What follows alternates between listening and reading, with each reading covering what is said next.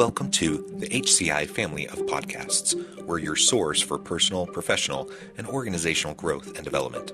We share our own original research, explore industry trends, and interview executives and thought leaders from across the globe. Join us for practitioner-oriented content around all things leadership, HR, talent management, organizational development, and change management. Maximize your personal and organizational potential with the HCI family of podcasts. Chad Foster, welcome to the conversation today. Thanks for having me. It is a real pleasure to be with you. You're joining us from Atlanta. I'm south of Salt Lake City in Utah. And today we're going to be talking about resilience and navigating change and transformation. You approach resilience in an interesting way. And as I was prepping for this episode and looking over your materials, one way you frame it is resilience reimagined. And so I'm excited to hear about kind of your unique perspective on resilience, given your own context and background. As we get started, I wanted to share Chad's bio with everybody. Chad E. Foster is a trailblazer defying limitations with resilience and innovation. Despite going blind at 21, he's a rainmaker, billion-dollar generator, and tech innovator. Graduating as the first blind executive from Harvard Business School's leadership program, Chad created CRM software for the visually impaired, doing what tech titans said couldn't be done. Thriving in a Fortune 500 company, he directed financial strategies that produced billions in revenues and best-in-class margins.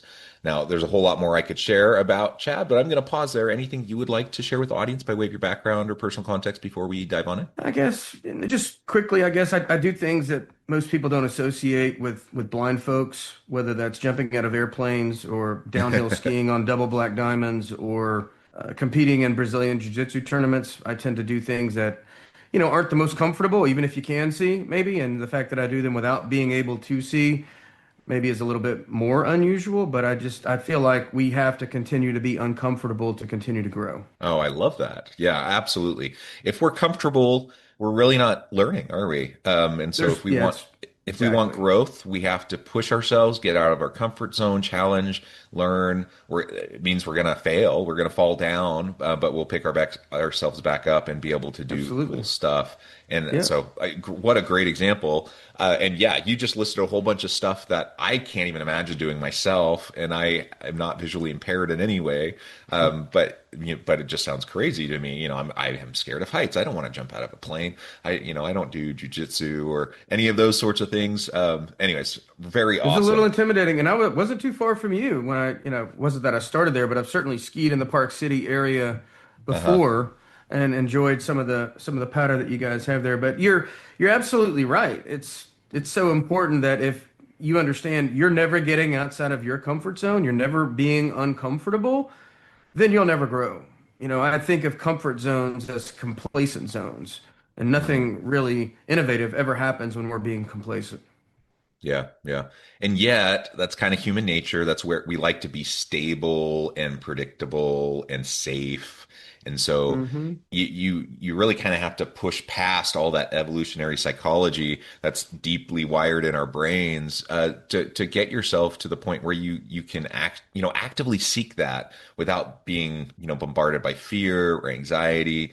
And there's always going to be some of that. Like I'm always going to have nerves. I'm always going to, if I'm doing something I'm not used to, or it's a first time, or I think there's a good chance I'm not going to be successful right away. Yeah, I mean that's something that gives people pause, but learning to embrace the ambiguity, the discomfort, learning to embrace this growth learning mindset where we know, we're gonna fall down. It's okay, and we'll just pick ourselves right back up. And sooner or later, all you have to do is try to be 1% better every day in learning something new, trying something different.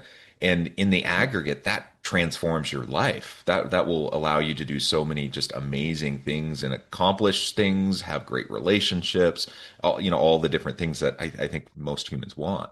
If you get 1% better every week, it's 68% better in a year and over 17,000% over a 10-year horizon.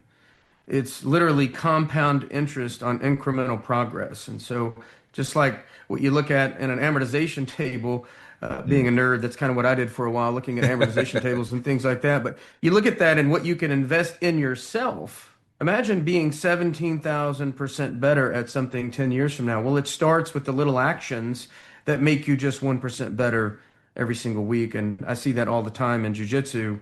You show up and it's hard and it's uncomfortable.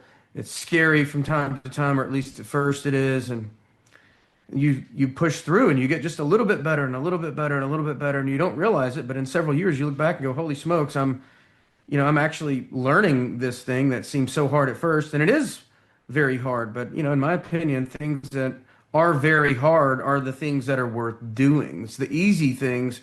Who gets motivated to go and do the simple or the easy? And, like, for me, what motivates me is doing things that are hard because it's more fulfilling when you are actually able to make progress on that thing, whatever it may be. Yeah, absolutely.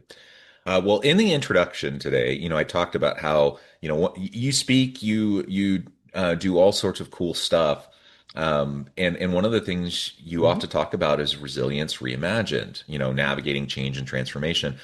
Tell us a little bit more about your framing around resilience and what that means in your mind.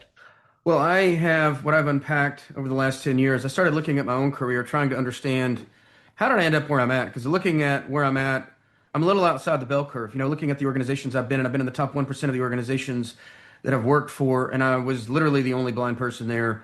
And I Mm, started really genuinely wondering, how in the world did I end up here? Because this really isn't all that common. Not only did I come out of blindness in one piece, I was actually better off than before.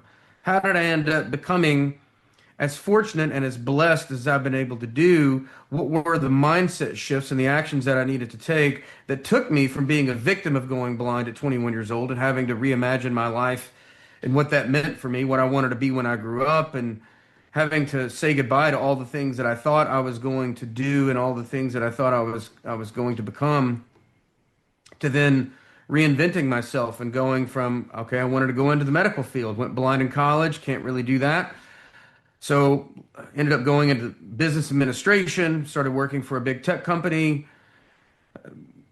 Initially, it was writing code, doing analyst work, and so learning how to write code, being able to program software without being able to see my computer screen, and then doing market intel for a commercial outsourcing company, and then doing the pricing of multi-billion-dollar commercial outsourcing deals. And so learning marketing, learning financial modeling, learning outsourcing, and then going into defense contracting and leading a pricing strategy and solutions organization that captured multi-billion dollar government programs, and then going to Red Hat and getting into the software industry and leading not only their global deal making team, but the corporate finance team when IBM bought us for $34 billion, which was the largest ever software acquisition. So, how did I continue to reinvent myself? How did I continue to adapt when life just kept throwing curveballs at me and when I wanted to continue to stretch? And that really is what I've unpacked as what I refer to as the anatomy of resilience. I speak mm, about this, through my speaking business. I have a coaching business. Last year, I was fortunate to be the number one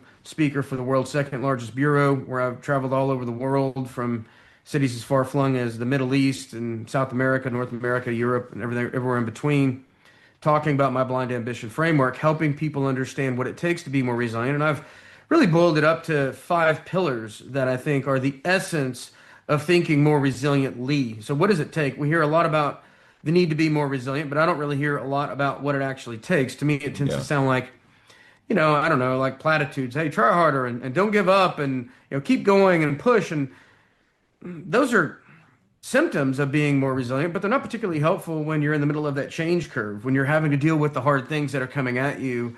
And so what I've done is I've unpacked what it takes to shift your mindset so that, yeah, you will try harder and you won't give up and you'll keep pushing, but it's because of the mindset shifts that you actually make inside your own mind and how you choose to attach yourself to the circumstances. And so I could give you a quick overview of those if you'd like, of what those 5 pillars are. Yeah, absolutely. And I just want to comment before we dive into those. Yep. Absolutely, we need to get beyond the platitudes. It's nice to have the affirmations and the nice posters and the there's lots of things that are great reminders for us, and there's nothing wrong Yeah. with that. But if we never get past that into the real nitty gritty of what it actually means, how we actually do it, how we actually build that muscle, and exercise it, then Absolutely. then it never goes beyond platitude, right? No, it And stays we at the we might surface. we And might make ourselves feel better for a moment, or someone else feel better for a yeah, moment, but it's not going to actually yeah, drive change. exactly. Exactly. It's surface level. And it's like, okay, I'm pumped up now. And then I leave and I go home and, and 3 days later I get consumed by the reality of the world that I live in. And I've not Well, really yeah, can changed I comment anything. on that? Because Sure. you're absolutely, we've all found ourselves in those situations where we're in a motivational setting, someone's riling everyone up and getting everyone excited, and you feel like you're Yep. flying high and you feel like you can do anything, right? Yep. The Yep. the problem is those emotions don't last. Like we all have ups and downs in how we experience each and every day. And so you could feel like the most motivated, empowered, and excited to go tackle the world and whatever thing, you're going after in the Mm-hmm. moment. But a couple hours later, a day later, a week later, that isn't going to sustain you. You have to have Yeah. foundation to build Yep. upon in order to Yep. be able to actually do the things that will help you to be successful. It's a spark. It can spark you towards, those Yep. things, but it's in and of itself, it's just not enough. Well, that's largely how I look at my keynote speaking and things that I do. It's my story allows me to create a spark, to crack open a window to a person's soul because of what I've been Yeah. through, the difficult journey that I've been on. But then, okay, beyond that, more than just inspiration, how do I help them by giving them the tools that they can use when they leave my presentation to take back to their homes, their organizations, their teams, their lives, so that they can continue to apply the concepts and so that they don't have to feel limited by their circumstances. They don't have to feel stuck by whatever's going on around them, so that they do feel empowered and they do derive motivation, not because of the rah, rah, rah thing that I said during the keynote, but because of how they are attaching themselves differently to the circumstances they find themselves in, which is self-sustaining. Yeah, absolutely. All right. Yeah. With that said, I just wanted to reiterate what you were Yeah. focusing on there. Yeah. Let's dive on into your framework. Yeah. So the 5 pillars, they're 5 pillars to think more resiliently. Number one is you have to recognize that you get to choose your response. So recognizing that none of us get to choose the circumstances that we find ourselves in, but we all get to choose how we respond. And you don't you're not responsible for all of your circumstances, but you've got to be accountable for your outcomes, for your life. If you're not accountable for your life, who will be? If I'm not accountable for my life, who will be? I've got to own my life. You've got to own your life. We have to choose how we respond. And so that's really important. Pillar number two is you have to tell yourself the right stories. Now, essentially, all of us will become the stories that we tell ourselves. When I went blind, I could sit around and just choose to tell myself that I went blind because I've got terrible luck, and that could be true. Or I could choose to tell myself a story that says, hey, I went blind because I'm one of the few people on the planet who can deal with that and use it as a tool to help other people so that they can overcome their own challenges. Now, both of these stories can be true, whereas one of them paints me as a victim, but the second one, the better one, is a Jedi mind trick that transforms my disability into my strength. So you have to be very mindful and intentional about the stories that you tell yourself, because at the end of your life and your career, I promise you, you will have become your stories. Now, pillar number three is we have to visualize greatness, and sometimes we have to do this in unfavorable circumstances. I had to figure out how to make blind look good. It's a little tongue in cheek, but the reality of it is, if I could never reimagine a future that's anchored to the reality of my situation, going blind, but bold enough to inspire me to do the hard work and take the actions to continue to grow and continue to push, then I could never move towards acceptance of my situation. So I had to visualize greatness even when going blind. And at first, for me, it was becoming a successful business person, which meant I had to get a college degree and get a job. And I wanted to be a role model for other people and climb the corporate ladder and all those things. And then eventually, I evolved that vision to include helping people with what I've learned along the way, whether that's becoming an international keynote speaker, author, coach, all the things that I'm doing today. And so we have to visualize greatness in our circumstances. The fourth pillar really is where mindset meets action. You've got to get comfortable with discomfort. We talked about this at the beginning of the call here, the meeting. And it really is about understanding that life begins outside of your comfort zone. If you are never getting outside of your comfort zone, then you're not growing. It's the only way that you can grow. It's the only way that you can innovate. the only way that you can continue to adapt is to continue to push and do the hard things to be uncomfortable. I do that through skiing and through jujitsu and through reinvention, whether it was getting into speaking. I didn't want to be a speaker. It wasn't what I wanted to do. I was elected as a graduating speaker when I went to Harvard, and I was terrified, like most people. I was more scared of speaking than I was dying. I'd rather be the guy in the pine box than the guy giving the eulogy at the funeral. But now that's literally what I do as a career. And I wanted to do something bigger than me. And that's what gave me the courage to step through the fear and become a keynote speaker that I am today. And so if I'm going to tell folks to be comfortable with discomfort, I realize that yeah, I believe in this. Now I've got to apply it to my own situation. So sometimes it's physical, like the jujitsu or the downhill skiing, or sometimes it's mental, it's personal, it's professional, it's all the things, right? Continue to expand in different ways, whether that's evolving into a deeper sense of self with some of the work that you're doing with a coach or on stage or in a new profession, but continue to push and find new ways to grow and expand. The fifth and final pillar that I talk about is taking advantage of your disadvantages. And the idea here is that every perceived disadvantage creates some advantage if you can just use it in the right context. And so for me, looking at my situation, I tell a lot of stories, some of them humorous stories about how my blindness helps me. But if you think about it, I'm a better communicator, I'm a better listener, I'm more thoughtful because I don't have a lot of things distracting me. I'm more focused on the conversation at hand because I'm not seeing all the notifications coming in from my smartphone. I'm able to be more introspective because I'm not distracted by what my eyes are telling me. And on the mountain, I'm not scared of the pitch. You get on the mountain, you're going down a black diamond. Most people are terrified because they're looking at the mountain and how steep it is. I don't see any of that. Most people are looking at the mountain, all the things that can go wrong, all the pitch, all the elevation, all the terrain, and I'm just focused on the next right turn and then the next left turn. And so the idea here, we all need bold visions of greatness that inspire us to take action. But when you're on the mountain and you're getting ready to execute in your life, in your career, you want that bold vision of greatness that has inspired you to take action. But when it's execution time, you just got to zoom in on the next turn. Like, don't get distracted by all the things that can go wrong. Just focus on the next turn. I love it. I love it. What a great framework, great pillars. And I agree. Like, just step into the darkness, take that next step, and do the best you can. And that's all we can do. And that if we do that consistently, we're going to have tremendous outcomes. Well, Chad, I note the time. I need to let you get going here in a minute. But before we wrap things up, I just wanted to give you a chance to share with the audience how they can connect with you, find out more about your work, and then give us the final word for today. Sure. They can connect with me on my website, chadefoster.com. From there, you'll find all my social media handles. You'll find videos, links to the book, links to the masterclass, links to coaching, all the things that we do there. Again, that's chadefoster.com. And the thing I would leave you with is in this world that we live in right now that's changing so fast, and bear in mind, this is a scary thing, but this is true actually, with AI on the horizon, or actually in our face, I guess I should say, the way that it's showing up right now. It was on the horizon 6 months ago. Now it's everywhere. The pace of change that we're experiencing right now is the slowest that we will ever know for the rest of our lives.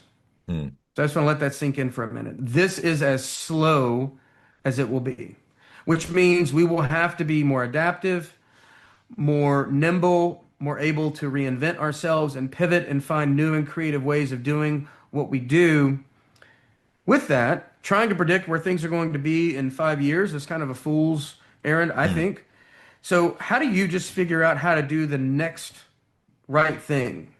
So, okay, 5 steps from now, great to have that plan. Sure, look out 5 steps, but the most important one is the next one that you're going to take. So make sure you get that next step right, because that's the one that is most certain. And again, with all the change and velocity of change that we're experiencing, who knows what will be 5 years from now? I don't think any of us can predict where this is going. Just make sure you get the next move correct. Yeah, I love it. Chad, thank you so much. It's been a real pleasure. I encourage the audience to reach out, to get connected, find out more about what Chad can do for you. And as always, I hope everyone can stay healthy and safe, that you can find meaning and purpose at work each and every day. And I hope you all have a great week.